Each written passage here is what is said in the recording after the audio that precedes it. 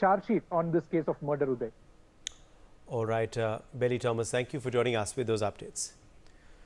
Meanwhile, the Aam Aadmi Party and the BJP have gone head-to-head with the Delhi Assembly elections less than 2 weeks away. The clash, though, wasn't over public infrastructure, education, health services or cost of living in the national capital, but over the Punjab police withdrawing additional security cover for AAP convener Arvind Kejriwal.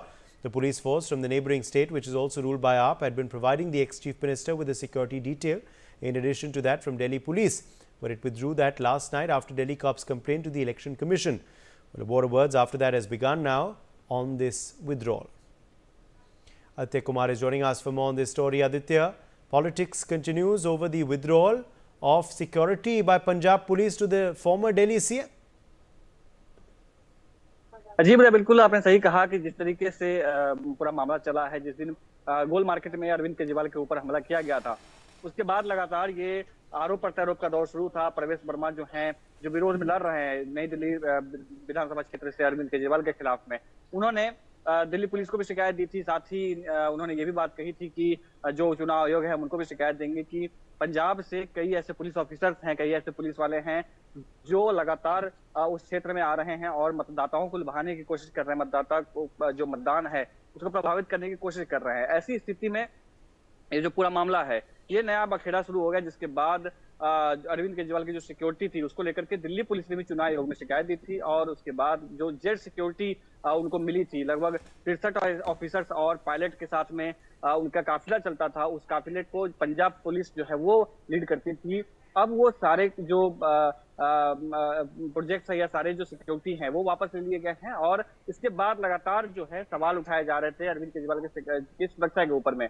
अभी बीते दिनों भी हमला किया गया था, ऐसा बताया गया था आम आदमी पार्टी के द्वारा कि हरिनगर में जब वो रैली को संबोधन कर रहे थे, जब रोड शो कर रहे थे, उनके ऊपर हमला किया गया। उसके बाद जो है लगातार ये कयास लगाया जा रहा था कि इस तरीके की कुछ जो घटनाएं हैं वो कंटिन्यू होंगी। उसके बाद आतिशी जो सीएम है अरविंद दिल्ली की, उन्होंने ये कहा है कि अरविंद केजरीवाल के साथ में खिलवाड़ किया जा रहा है। वैसे प्रवेश वर्मा ने भी पहले भी एक ट्वीट किया था जो बहुत ही वायरल रहा था, जिसमें उन्होंने कहा था कि इस तरीके के मामले जो है आ सकते हैं जिसमें अरविंद केजरीवाल कह सकते हैं कि उनके ऊपर हमला करवाया जा सकता है। जी उदय, शुक्रिया आदित्य हमारे संग जुड़ने के लिए।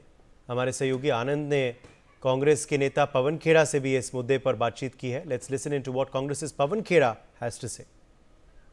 हमारे साथ बात करने के लिए मौजूद हैं कांग्रेस के वरिष्ठ नेता पवन खेड़ा जी। पवन सर, दिल्ली के चुनाव में अब सरगर्मियां बढ़ गई हैं। कल आपने एक ऑडियो टेप भी जारी किया था आम आदमी पार्टी के विधायक का। उसके बाद से क्या आप लोगों की डिमांड है सर? क्या आप चाहते हैं कि मनीष सिसोदिया को अरेस्ट किया जाए? आप ये मांग करेंगे? अब तो जनता की अदालत में है ये सारा मामला। ये ऑडियो रिकॉर्डिंग भी दिल्ली के कोने कोने में लोग सुन रहे हैं और उन्हें समझ में आ रहा है कि जो शराब का घोटाला था वाकई बहुत बड़ा घोटाला था। समय रहते इन्होंने खुद वापस लिया तो समझ लीजिए कि ये खुद भी समझ गए कि अब बात बाहर आ गई है। 2000 करोड़ की तो चपत लग ही चुकी।